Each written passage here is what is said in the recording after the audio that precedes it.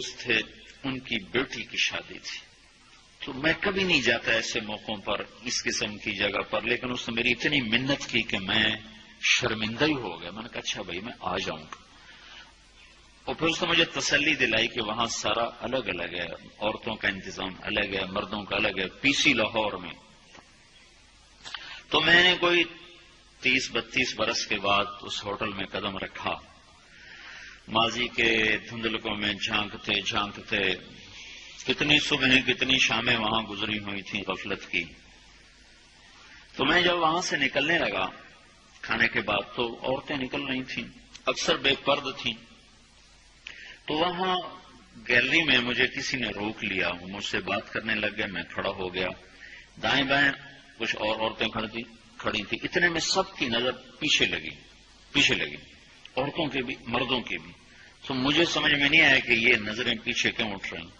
کیا دیکھا، میرے قریب سے ایک خاتون گزری جو سر سے لے کر پاؤں تک مکمل برقعے میں، ہاتھوں پہ بھی دستانے تھے اور پاؤں میں جرابیں تھیں، اور ایک بالکل سادہ سا برقع انہوں نے پہنا ہوا تھا.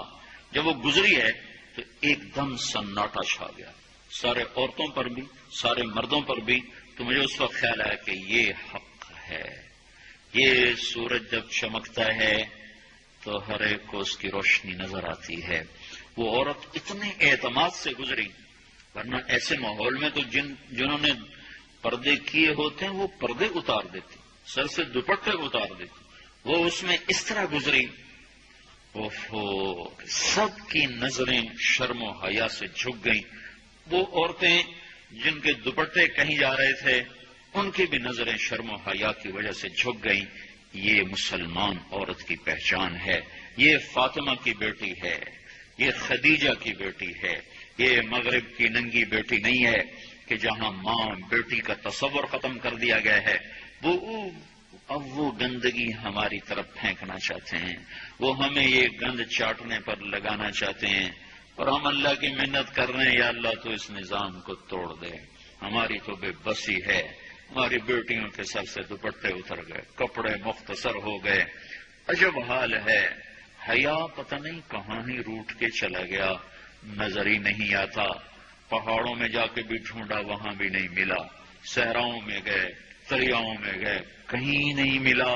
کبھی ایک صفت ہوا کرتی تھی، آج پتہ نہیں کہاں سے ملے گی، کس بازار سے ملے گی. وہ منڈیاں ہی بند ہو گئیں.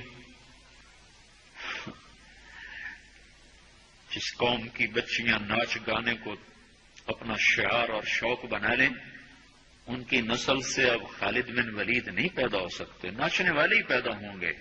محمد بن قاسم نہیں پیدا ہو سکتے، طارق بن زیاد نہیں پیدا ہو سکتے.